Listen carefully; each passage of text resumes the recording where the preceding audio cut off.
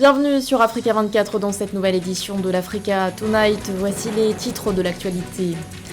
La visite du chef de l'État sénégalais Macky Sall en Russie. Le président en exercice de l'Union africaine s'est entretenu ce 3 juin à Sotchi avec son homologue russe Vladimir Poutine. Au cœur de cet entretien, le conflit en Ukraine et la menace qu'il représente sur l'approvisionnement en blé des pays africains. La Côte d'Ivoire en quête de financement pour relancer son économie. Le pays espère obtenir une enveloppe de plus de 200 milliards de francs CFA auprès de la Banque islamique de développement qui tient actuellement ses assemblées annuelles en Égypte. Et puis, focus sur la vente d'œuvres d'art sous forme de NFT, une pratique à laquelle s'adonnent de plus en plus d'artistes, notamment en Afrique du Sud. Les détails à suivre dans ce journal. Mais tout d'abord, l'adoption de la proposition de loi relative à la modification de la loi électorale en République démocratique du Congo. Le texte a été voté par l'Assemblée nationale ce jeudi.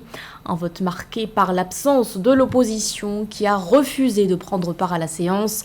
Avec cette nouvelle loi, la Commission électorale nationale indépendante devra publier sur son site internet les résultats des scrutins, bureau de vote par bureau de vote.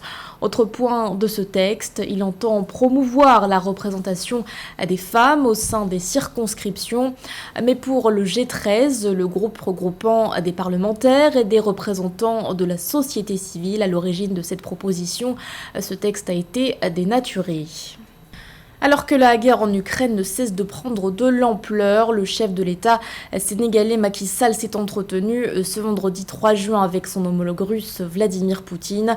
En tant que président en exercice de l'Union africaine, il est venu alerter le dirigeant russe sur les conséquences de ce conflit pour l'Afrique, notamment en termes d'approvisionnement en blé.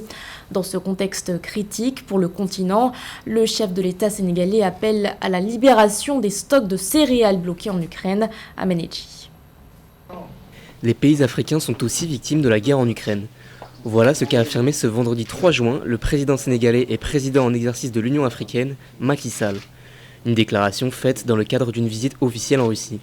Il faut dire que les pays africains importaient plus de la moitié de leur blé de Russie ou d'Ukraine. Depuis, le continent fait face à une grande pénurie, en partie à cause de l'embargo sur les céréales qu'a imposé le gouvernement russe aux Ukrainiens. Le président de l'Union africaine craint également que de nouvelles sanctions européennes viennent aggraver la situation alimentaire. Je suis venu vous voir pour demander de prendre conscience que nos pays, même s'ils sont éloignés du théâtre, sont des victimes de cette crise. Au plan économique, j'ai parlé au Conseil européen le mardi en leur disant, oui, vous dites, il y a la guerre, la crise, mais il y a aussi les sanctions.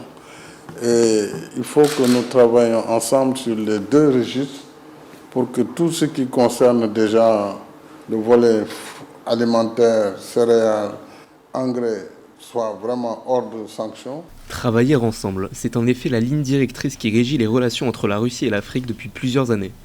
Depuis l'annexion de la Crimée en 2014, le président russe Vladimir Poutine et son administration ont multiplié leurs efforts pour intensifier dans différents domaines, notamment militaires et économiques, les relations russo-africaines. Nous pensons avoir de très bonnes relations avec l'Afrique en général et ses nations individuelles. Je dirais même des relations amicales sans exagération.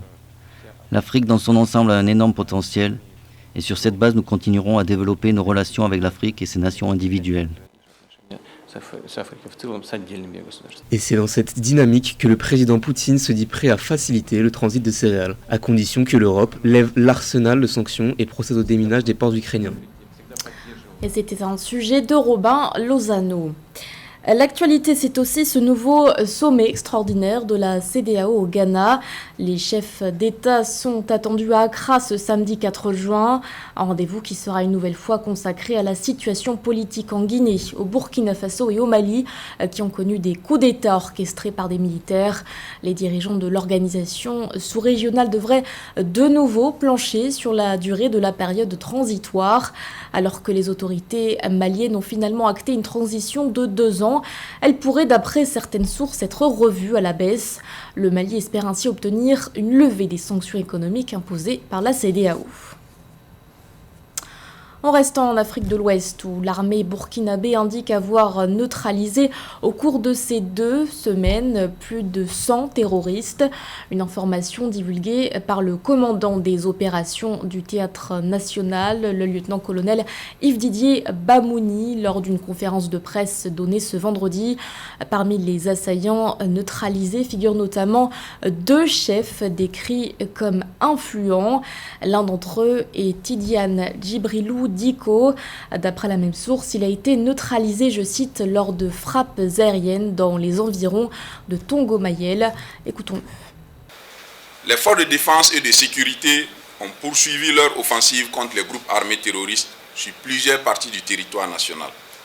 De nombreuses actions aériennes et terrestres ont ainsi pu être conduites avec des résultats plutôt satisfaisants. Dans le centre-nord, en termes d'actions offensives majeures, les unités poursuivent depuis bientôt 3 semaines leurs actions offensives contre les groupes armés terroristes avec un focus sur la sécurisation de la route nationale numéro 3 et la neutralisation au bilan d'une vingtaine de terroristes notés à notre niveau. Depuis le 19 mai, des actions offensives combinant moyens aériens et artillerie se déroulent dans la région du Nord, avec pour bilan la destruction des bases terroristes de Rimbolo, Bidi, Boulukamba, ainsi que la neutralisation d'une 50aine de terroristes et la récupération de matériel divers. Et depuis le 28 mai 2022, une opération combinée, appuyée par l'armée de l'air et les unités d'artillerie, se déroule dans la zone de la boucle du Moun, autour des bases terroristes de Bourasso et de Zonakui, avec des résultats majeurs obtenus. Au total, 39 terroristes neutralisés au cours d'accrochage avec les groupes de la dite zone.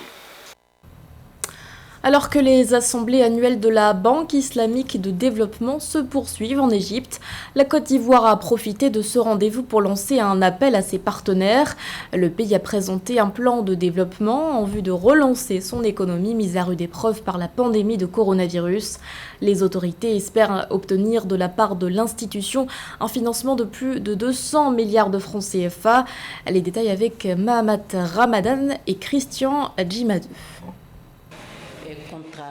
La Côte d'Ivoire veut relancer son économie post-Covid-19 par les investissements massifs dans les secteurs de l'énergie, de l'agriculture et des nouvelles technologies. Le pays a profité des assemblées annuelles du groupe de la Banque islamique de développement qui se déroule du 1er au 4 juin 2022 à Sharm el-Sheikh en Égypte pour présenter aux partenaires son plan de développement. Pour mettre en œuvre cette vision ambitieuse, elle compte sur la BID pour un financement d'environ 200 milliards de francs CFA en 2022. Les interventions de la Banque islamique en Côte d'Ivoire en 2010 étaient moins de 60 milliards de francs CFA. En 2021, les interventions cumulées, je parle des engagements, sont au-delà de 1200 milliards de dollars. C'est dire toute la place que cette institution a prise dans la restauration de notre économie post-crise. Pour favoriser la croissance rapide de son économie, le gouvernement ivoirien compte sur les partenariats publics-privés pour attirer davantage les investissements dans les secteurs clés porteurs de croissance. Une vision que partagent la Banque islamique de développement et les partenaires multilatéraux qui estiment que la relance économique de la Côte d'Ivoire pourrait profiter à la sous-région très affectée par les crises endogènes et exogènes. Beaucoup de nos partenaires multilatéraux ont compris que la création de richesses dans nos pays est portée par le secteur privé. Donc c'est beaucoup de pieds de nez qu'ils font à nos secteurs privés pour d'abord participer aux assemblées et comprendre leur mode opératoire, dire qu'ils ont des opportunités à offrir à ce secteur privé et les inviter à prendre part. Pour rappel, en moins de 10 ans, les investissements de la Banque islamique de développement sont passés de 60 milliards de francs CFA à plus de 1200 milliards en 2021. Un partenariat fructueux que les deux parties comptent renforcer dans le cadre bilatéral au profit du développement socio-économique des Ivoiriens. Dans l'actualité également, des chiffres alarmants. En Afrique du Sud, les meurtres de femmes ont augmenté de 17,5% entre janvier et mars 2022. Dans les détails, 898 femmes ont été tuées contre un peu plus de 760 lors de la même période en 2021. Ces statistiques ont été dévoilées par le major général Norman Sekoukoune. Une augmentation de la violence vivement dénoncée par le ministre de la Police, Beki Sele. Pour lutter contre ce fléau, il estime que le pays a besoin, je cite, d'un partenariat plus fort avec les communautés basé sur une relation de confiance. L'Afrique du Sud, où parallèlement, de nombreux artistes se tournent davantage vers le numérique pour vivre de leur art. Certains commercialisent leurs œuvres sous forme de NFT. C'est le cas du peintre Fatouani Moukel qui a pu obtenir des milliers de dollars en passant par une plateforme dénommée The Tree. Plus de précisions dans ce sujet de Robin Lozano. Un nouveau monde à la portée des artistes du XXIe siècle. Ce monde virtuel, aussi appelé Metaverse, représenterait le futur d'Internet selon les piliers du web que sont Meta et Microsoft. Fatouani Mukeli, jeune peintre basé à Johannesburg, affirme avoir déjà gagné des milliers de dollars en vendant ses œuvres sur le marché virtuel. Une opportunité pour lui, comme pour d'autres artistes sud-africains, de vivre de leur art. Il y a un monde virtuel aujourd'hui. Les gens y achètent des propriétés et vos œuvres peuvent être sur leur mur. Les acheteurs reçoivent les toiles achetées physiquement et sous forme de NFT sécurisées grâce à la blockchain, une technologie de stockage de données certifiée inviolable. Le caractère polluant de cette technologie est souvent pointé du doigt, mais Fatouani vend ses œuvres via une alternative écologique surnommée The Tree. Le cofondateur de ce marché en ligne, Dan Portal, affirme que l'impact environnemental de The Tree est moindre comparé aux blockchains les plus populaires. Là où une blockchain comme Ethereum utilise une grande puissance de calcul en traitant les données transaction par transaction, cette blockchain que nous utilisons appelée Polygon utilise une fraction minime de cette puissance en traitant de nombreuses transactions à la fois au lieu d'une seule. Le marché des NFT qui a explosé en 2021 continue de se développer et pourrait donc représenter une part encore plus significative du commerce d'œuvres d'art dans les années à venir. Il devra cependant se plier à plus d'alternatives écologiques comme celle proposée par la société sud-africaine The Tree s'il veut s'inscrire dans une logique de développement durable. Objectif 2024, c'est le nom d'un projet d'envergure visant à favoriser le développement du sport en République démocratique du Congo. Présenté en mars dernier, ce plan cible dans un premier temps 12 disciplines, le basketball notamment, le football ou encore le judo à Menechi. Le sport s'est révélé être un outil économique et souple pour promouvoir les objectifs de paix et de développement. Fort de cela, la République démocratique du Congo élabore une politique sportive et un plan de développement et de financement du secteur des sports. Dénommé Objectif 2024, le projet lancé en mars 2022 résume une série d'actions du gouvernement dans le souci de lancer le développement du sport congolais dans un environnement moderne et assaini. Dans Objectif 2024, il est question pour nous d'identifier des fédérations qui gèrent des disciplines populaires. Parce que ce n'est pas toutes les fédérations qui sont populaires dans notre pays. Et nous, notre intérêt, c'est voir là où l'intérêt de la jeunesse est. Et alors, on avait plus ou moins 72 fédérations. Alors, on a réduit de 72 fédérations à 12 fédérations. Parce qu'aujourd'hui, nous avons un grand problème dans notre pays. C'est ce suivi-là qui nous manque. Et voilà, avec Objectif 2024, nous allons garder une dizaine de fédérations. Nous allons les installer dans toutes les provinces, accompagner ces fédérations à faire le suivi des disciplines. Nous allons aider ces fédérations ou ces disciplines à dénicher des talents cachés à travers la République démocratique du Congo, créer des léopards dans toutes les disciplines. À cet effet, les autorités ont pris connaissance du levier de développement que pouvaient représenter des infrastructures sportives modernes, tant en termes économiques que sociaux. D'abord, avant de créer de nouvelles infrastructures, nous avons d'abord envisagé réhabiliter les anciennes structures qui existaient déjà dans le pays. Et après cela, il y a toute une politique autour du sport par rapport à notre gouvernement. On a un programme de mettre dans chaque chef-lieu des 145 territoires au moins un stade municipal.